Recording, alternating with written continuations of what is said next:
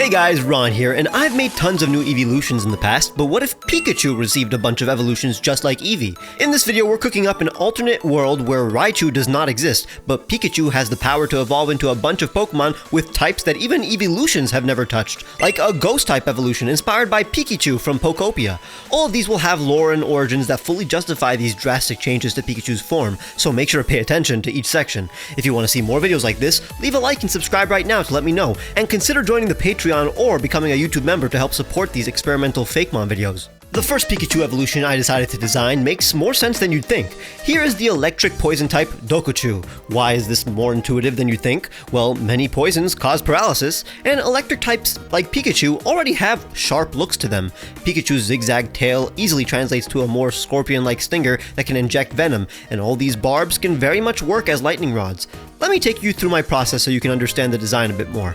Making a Pikachu evolution akin to Raichu is tough, because technically Raichu looks more similar to its pre-evolved form than the average Pokemon, so it was tough making this look like an evolved form of Pikachu instead of just a regional form of it. But that's why we're going to try to find aspects that expand on the existing attributes of Pikachu with Raichu as a template. So ears fan outwards too, like Raichu, but with sharp barbs. We got a lot of spikes, honestly to emulate the design style of Generation 1. This will be the only evolution today with tiny toes, so it looks more like a Pikachu. In fact, it's the smallest evolution of the bunch we're making, since a small Pikachu evolution would need the venom to defend itself, just like how in the real world the smaller the species, the more venomous it may be. The spots very much look like a Gen 1 poison type, but also make it feel less clean. It's not something you want to touch after all. And since this is still an electric type, we gotta showcase this with some electric green. And here is Dokuchu in its entirety. Its name comes from the Japanese word for poison, doku, and its main ability is obviously Poison Point. In this hypothetical situation where Pikachu received multiple evolutions since the early generations, it would evolve into Dokuchu when traded with a poison barb. It hides in bushes and will sting those who encroach in its territory with its sharp tail. The poison it possesses causes instant paralysis that can knock out even a steel type like Caparaja, and its electricity is so toxic that it can incapacitate even ground types. Its body glows in the dark, which makes it noticeable to predators, but Dokuchu can easily defend itself with all the means in which it delivers poison. In battle, it'll headbutt its opponents at alarming speeds. It has two physical signature moves with 60 base power: Poison Lightning, which is an electric move that has high chances of poisoning even steel types, and Paralyzing Poison, which is a poison move that can paralyze even ground types. The point is that the line between the Pokemon's electricity and poison is so blurred that it can affect even Pokemon it normally wouldn't be able to by utilizing a mixture of both poison and electricity. But pretty much most of what it can do is already stuff that Raichu can do, like glowing in the dark, but instead of glowing from electricity, it glows from radioactivity.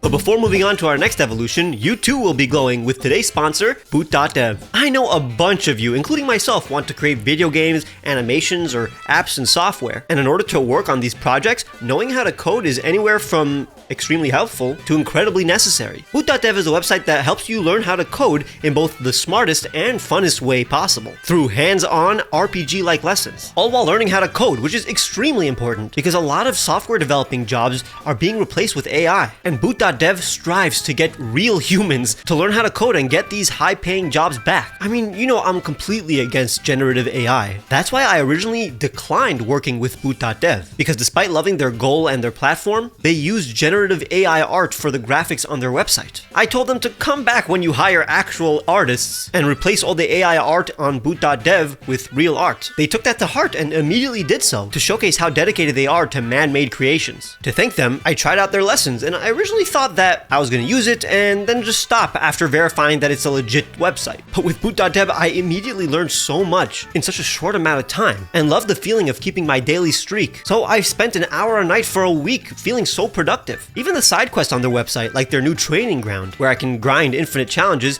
helped me, practice what I learned. So if you want to level up too, click the link in the description and use my code TrueGreen7 to get 25% off your entire first year on their annual plan. They even have a 30-day no questions asked refund policy, and every interactive course has a free demo and video content to watch and learn as well.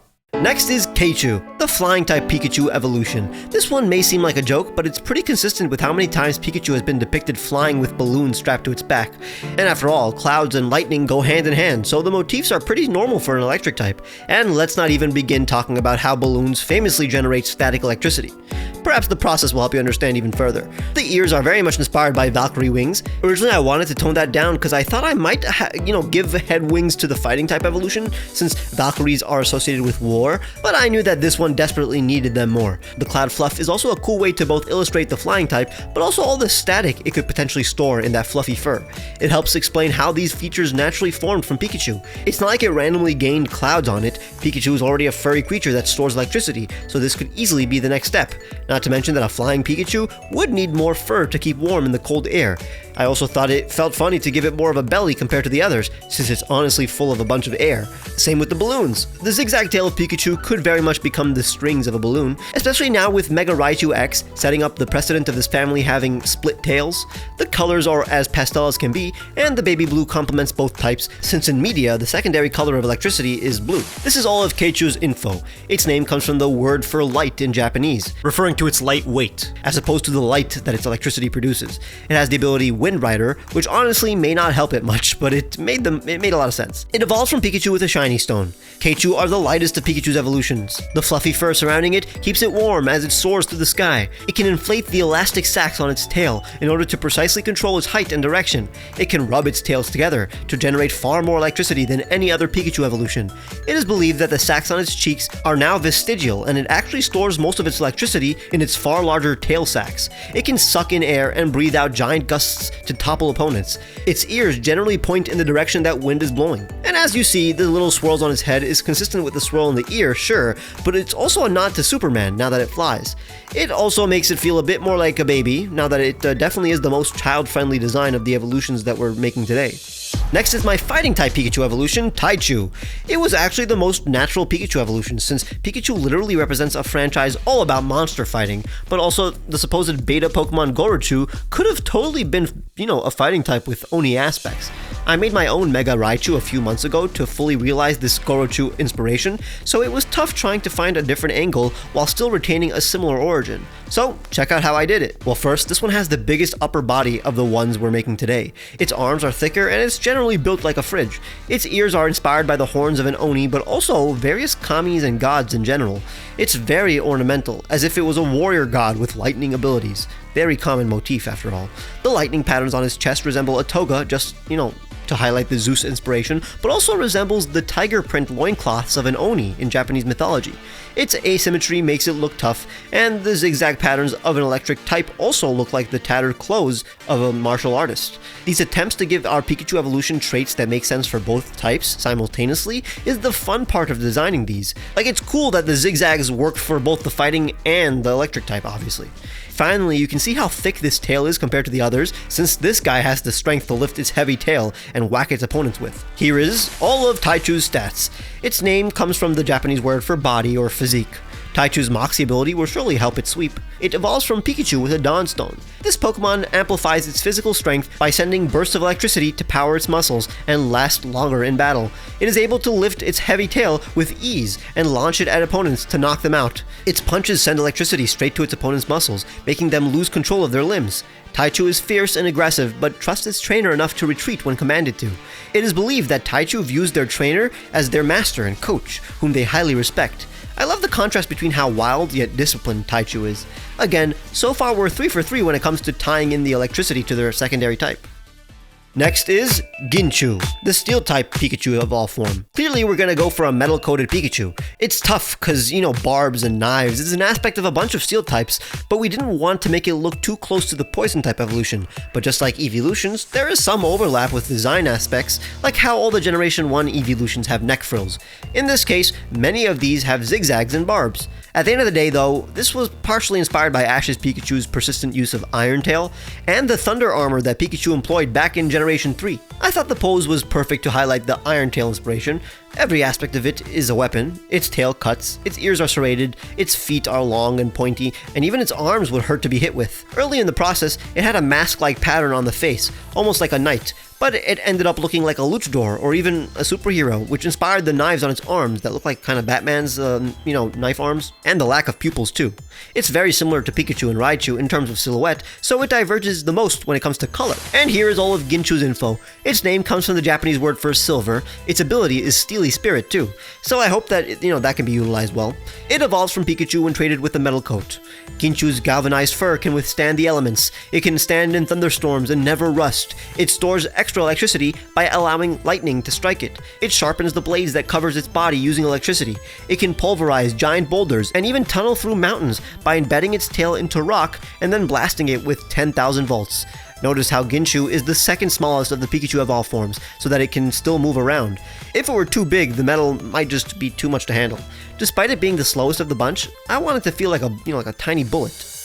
And finally, here is Raichu. I don't need to justify a ghost-type evolution. Any Pokemon could die. I mean, we already got to see it with Pikachu, but electric signals and ghosts are often correlated. I mean, electricity is used to reanimate the dead in fiction, and electricity and ectoplasm are related forms of energy in media, and electromagnetic fields in general cause sensations that people have interpreted as ghosts many times in the past. The idea that ghosts can be seen as signals, frequency, and transmissions birthed Raichu. When it came to designing it though, the entire intention was to have all of its electrical aspects, like the zigzag tail, become more relaxed, dull, and wavy. This implies a less excited state. The electricity isn't erratic like lightning, but flows like a wave.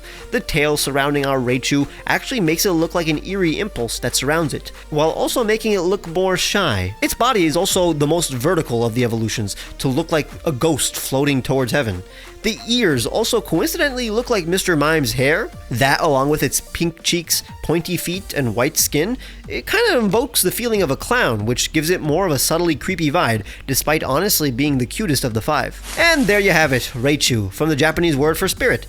It has Cursed Body as its main ability. They evolved by being traded with a Reaper Cloth. Raichu can be found wandering near the site of their now-deceased trainer. They release a subtle wave of electricity that sends shivers up the spines of those around them. The sparks they output can dull the senses of anyone it approaches. It means no harm, but people naturally lose motivation around Raichu. While it slowly meanders around, it is quite fast and can vanish instantly when feeling threatened. In battle, it will slowly zap the life force of its opponent, leaving them unwilling to battle. Honestly, that seems like a normal thing it would do, but it fully justifies the cursed body ability it has too. And I hope y'all can justify a part 2 by clicking the like button and subscribing to know if and when that comes out. Let me know which evolution was your favorite, and if you like this video, I'm sure you'd love the ones on screen too, with similar challenges. Perhaps consider becoming a member on YouTube or Patreon to receive cool perks like seeing my videos days early. Check the description for the music I used, the t-shirts I made for you guys, and my social media where I post sneak peeks of future videos. I'll see you guys very soon.